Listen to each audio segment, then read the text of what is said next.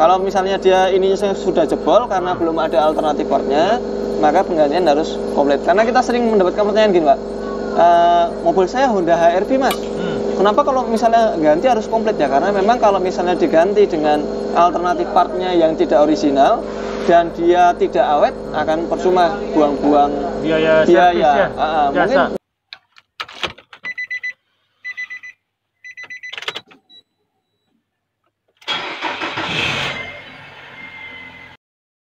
Sobat Otomotif dan AHpedia, sebelum kita lanjutkan video ini, jangan lupa subscribe ya, agar tidak ketinggalan tips, tutorial, dan konsultasi tanya jawab terbaru dari AHpedia.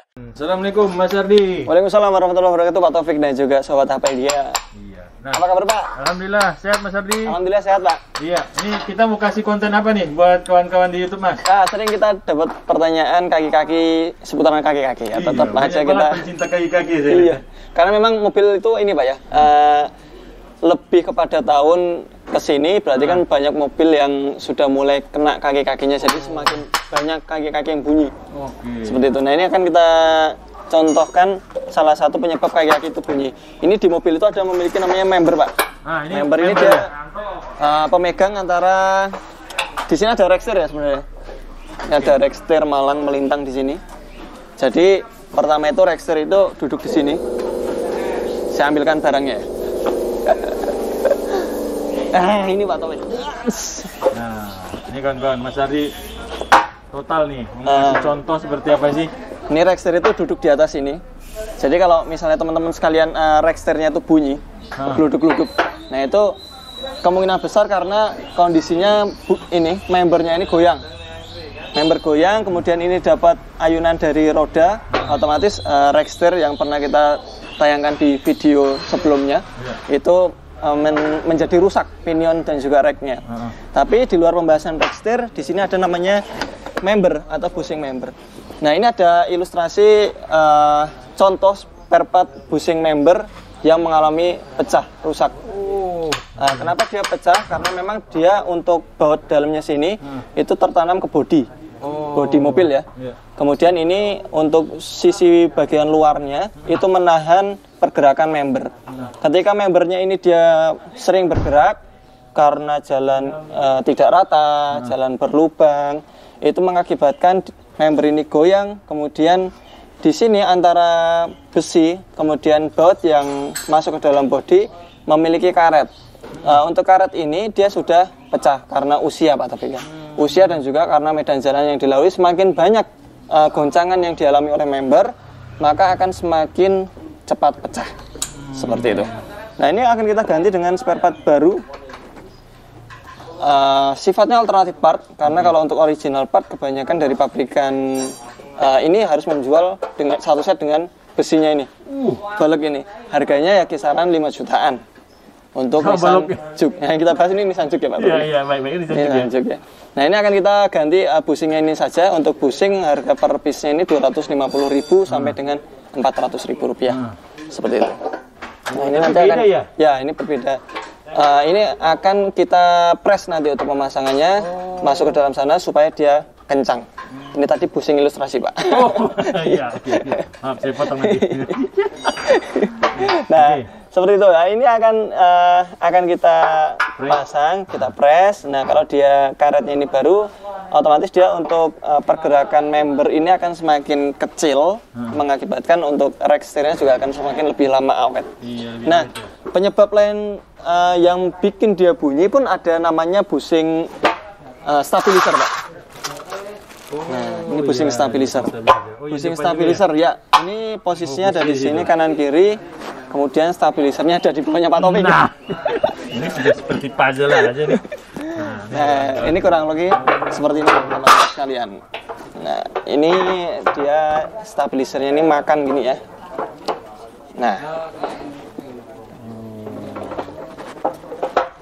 Nah, seperti ini. Ini makan seperti ini. Nah, posisinya adalah naik.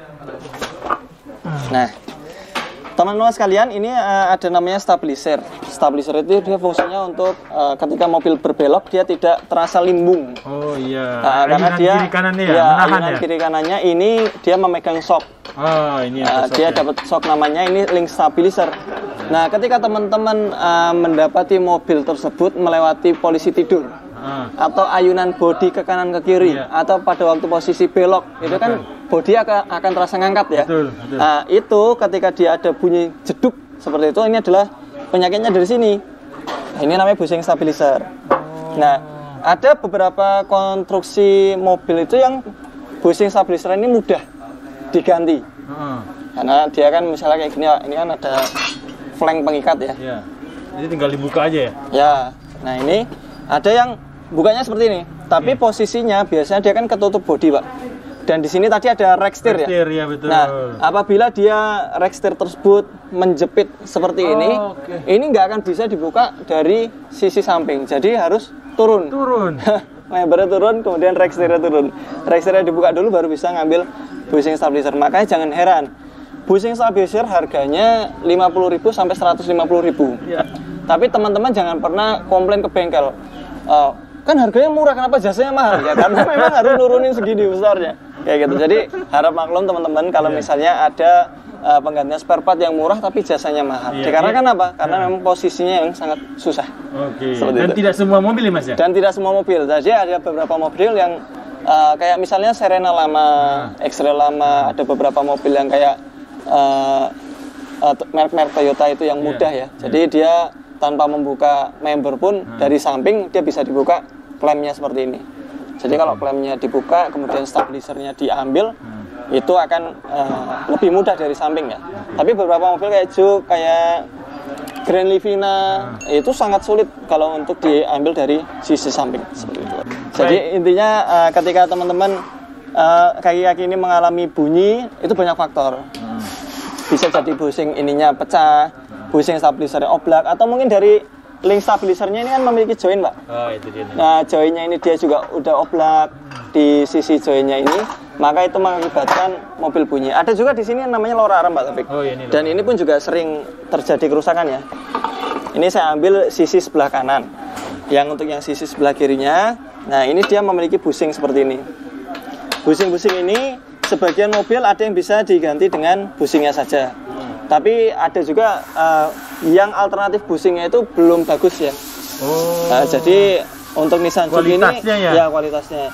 Untuk Nissan Juke ini kita belum menemukan yang bagus. Kita pernah mengganti hanya bushingnya saja. Ternyata dalam waktu 6 bulan itu sudah jebol kembali. Sehingga kita belum menyarankan untuk Nissan Juke mengganti hanya bushingnya saja. Karena kalau teman-teman sekalian misalnya bawa mobil, kemudian mobilnya terasa narik, tahu-tahu mobilnya leor kanan, leor kiri. Itu penyebabnya dari sini, Pak Taufik. Ini ada ball joint. Ini ball jointnya sudah lemas misalnya, atau dia oblak, maka dia akan bergerak ke kanan dan ke kiri. Jadi kalau jalan, tahu-tahu keluar jalur. Narik. Seperti itu bisa jadi dari sini, selain dari ban ya. Kalau jalan bergelombang dia narik, itu gimana? Ya, jalan bergelombang dia naik bisa jadi ban, bisa jadi chamberan sporing, atau paling baiknya adalah ball joint. Ball joint ini kalau dia sudah parah, ini ball joint bisa jebol, bisa lepas, Pak. Drive shaft itu bisa, atau as roda itu bisa keluar. Iya, benar. Jadi bannya itu belok gini ya. Betul. Kita beberapa kali pernah nemuin. Kemudian kalau dia sudah belok seperti itu, mobil udah nggak bisa diajak jalan. Harus dilakukan perbaikan di tempat atau mobil di towing seperti itu. Nah, ada juga yang namanya bushing stabilizer, bushing lora yang kita akan bahas tadi. Bushing lora rem ini apabila dia sudah jebol, rasanya pun sama seperti ball joint yang jebol. Dia bunyi juga, kemudian dia ketika jalan kemudian tahu-tahu mobilnya keluar jalur, itu bisa jadi dari sini. Bahkan kalau dia parah, kita pernah ngerasain mobil diakselerasi, Pak, digas mendadak itu tahu-tahu pindah jalur. Suut. Jadi setirnya tetap lurus, tapi bodinya pindah jalur. Nah, itu dari sini. Nah, saran kalau untuk yang mobil ini karena dia belum mendapatkan bushing alternatif yang bagus, sehingga gantinya harus komplit satu set. Harga? Harga, Mas. Ini harga sekaligus aja nih. Langsung dibuka. Siap. Ketika dia turun kemudian penggantian bushing seperti ini, kita sudah estimasikan untuk harga Karena dia ada bearing roda juga, Pak. Ya. Yang kena itu untuk harga ininya aja 2.500.000. Jadi penggantinya bushing ini, bushing member 1 juta. Kemudian ada bushing stabilizer ini sekitar 250 ribuan. Kemudian ada namanya bushing rack. Oh ya, yang pernah kita ini ya videokan sebelumnya ya. Kemudian berikut dengan penggantian jasanya, kemudian pressnya, lalu ada sporingnya, itu kurang lebih sekitar 2,5 juta rupiah. Atau kisaran range-nya mahal-mahalnya mungkin kalau untuk penggantian seperti ini ya sekitar 4 jutaan. Misalnya harus link stabilizer ganti, kemudian ball joint ini masih bisa diganti, tapi kalau untuk bushing ini nggak bisa. Nah, kalau misalnya harus kena sama ininya, lower armnya, ini harganya 1.600.000. Jadi ini Katus akan mengganti ini semua, Mas? Jadi? Ya, kalau misalnya dia ininya sudah jebol karena belum ada alternatif partnya, maka penggantian harus komplit. Karena kita sering mendapatkan pertanyaan gini, Pak. Mobil saya Honda HR-V, Mas. Kenapa kalau misalnya ganti harus komplit ya? Karena memang kalau misalnya diganti dengan alternatif partnya yang tidak original dan dia tidak awet, akan percuma buang-buang biaya. Mungkin biayanya nggak nyampe atau umurnya nggak nyampe 6 bulan, kita sudah ngeluarin duit sebesar tadi 2 juta sekian. Sementara kalau ganti ini, misalnya dia ganti lower arm ini 1,6 kali 2 kan udah 3,2 ya. 3,2 berikut dengan jasanya paling nggak habisnya sekitar 4 sampai 5 jutaan. Berapa Tapi tahun? kan bisa untuk sesuai dengan mobil baru sampai dia mengganti saat ini. Mungkin ya bisa sekitar 4 sampai 5 tahun. Kalau misalnya pakai jalan yang normal ya. Jadi bukan karena ingin mengganti part ini ya. Betul, bukan karena upselling part harus membayar mahal dan lain sebagainya, tapi karena lebih kepada usia pakai, kemudian juga safety. Karena kita gini Pak Taufik, kenapa kita menyarankan untuk penggantian yang jangkanya panjang? Karena kita bawa mobil itu kan tumpuan kita adalah kaki-kaki ini. Kalau kaki-kaki ini kita abaikan, maka kita juga mengabaikan keselamatan secara langsung. Seperti itu Pak Taufik. Ini yang saya dapat nih informasi dari Mas Hardi. Mas Hardi ini memberikan saran kepada kita sebagai user. Dia tidak akan mau meletakkan barang-barang yang cepat rusak. Iya, kita usahakan seperti itu Pak. Itu Mas Hardi. Betul. Nah, jadi bukan Mas Ardi tidak mau memberikan produk yang memang tidak maksimal, tetapi beliau menyampaikan bahwa ini akan lebih baik kalau diganti yang betul. ori. Jadi kita pertimbangkan ada 2 sisi Pak. Pertama kualitas, kedua budget. Misalnya customer menginginkan kualitas yang bagus, budget nggak ada masalah, ya kita ambil yang semuanya menggunakan original. Tapi kalau misalnya budgetnya memang ada beberapa yang harus kita pangkas karena kebutuhan dan lain sebagainya, maka kita ambilkan alternatif yang terbaik seperti itu. Tapi kita perlu memberikan informasi perkiraan kalau menggunakan alternatif part ini berapa tahun sih mobil tersebut misalnya akan rusak kembali, seperti itu. Apalagi kalau dapat partnya yang belum terlalu bagus ya. Betul. Karena untuk mendapatkan part bagus atau tidak untuk yang alternatif itu kan sesuai dengan pengalaman pemakaian Pak. Nah, jadi kita bisa tahu produk dari supplier itu bagus atau enggak setelah dipakai dan muncul trouble di beberapa bulan kemudian. Seperti itu. Jadi mungkin beredar di pasar ada ya Mas ya? Ya banyak, beredar di pasar banyak, tapi kita untuk saat ini belum menemukan yang untuk Nissan Juke ya khususnya itu belum menemukan yang awet. Mas Andi, nih pertanyaan terakhir. Bagusnya saya sebagai customer itu membeli barang di luar atau saya menyerahkan kepada bengkel? Ya, beli barang di luar nggak apa-apa. Kita kan ada namanya, kalau sekarang ini udah banyak ya Pak Taufik ya. Pasar itu udah terbuka bebas, tapi di sana kan ada review. Kita bisa membaca review sebelum membeli produk. Kalau reviewnya dirasa bagus, kita so far nggak ada masalah. Teman-teman malah kita lebih dienakan. Misalnya kita kan nggak semua produk kita stok di bengkel. Betul. Jadi ketika teman-teman memiliki datang membawa spare part sendiri, atau mungkin seharusnya bengkel lain pun juga senang ketika pelanggan itu membawa barang spare part sendirian. Karena di satu sisi kita terlepas dari garansi produknya. Kayak gitu. Kalau untuk garansi pemasangan wajib. Kita wajib memberikan garansi pemasangan. Misalnya dari hasil pemasangan kita nggak bagus, tapi kalau misalnya dari produknya, customer bisa melakukan komplain langsung ke supplier yang tempat dia membeli. Seperti itu, untuk menentukan part yang kita beli tidak salah. Itu gimana tipsnya? Tentunya pertama dimensi cocok. Kalau dimensi cocok pasti tidak akan salah. Yang kedua review, kembali ke review. Itu dari review itu kan para pengguna mereka bisa mereview, dan review itu kan bisa diedit Pak Taufik.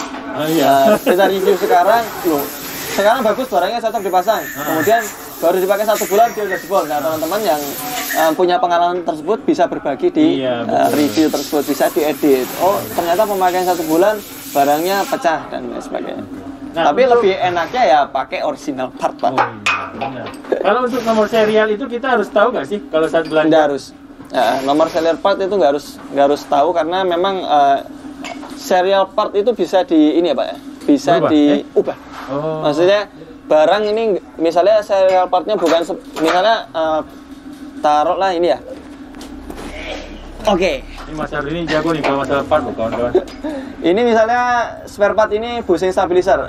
Bushing stabilizer ini dia memiliki kode 54613 JD04A. Oke. Tapi ternyata ada serial yang lain seperti 54613 1DJ atau 54613 ED, itu kompatibel atau ukurannya sama. Sehingga kalau ukurannya atau dimensinya sama ya kita nggak perlu ngikutin nomornya. Sama kayak busi kan banyak beredar. Busi merek NGK, merek Denso, mereka memiliki tipe masing-masing dan juga kodenya masing-masing.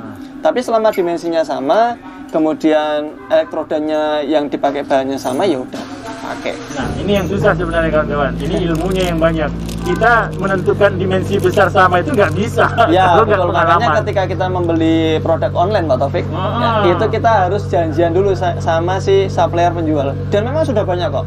Misalnya barang nggak cocok, kita beli toko online ya misalnya. Itu kalau beli barang kemudian nggak cocok, itu kan pasti kan di sana ada media untuk komplain. Misalnya barang nggak sesuai, ya udah dikomplain saja. Tapi ya itu tadi, sebelum membeli maka baca reviewnya dulu, atau paling nggak setidaknya WA atau chat penjual langsung diminta foto barang yang akan dikirim, sehingga kita bisa tahu. Atau kalau misalnya kita kritikal, kita bisa mengukur. Kalau diukur pakai sketmat atau vernier caliper dan sebagainya. Seperti itu. Baik Mas Ardi, terima kasih banyak. Hari ini kita ngebahas kaki-kaki lagi yang sangat dicari oleh kawan-kawan informasinya. Terima kasih Pak Taufik dan juga Sobat APD, semoga bermanfaat. Assalamualaikum warahmatullahi wabarakatuh. Waalaikumsalam warahmatullahi wabarakatuh.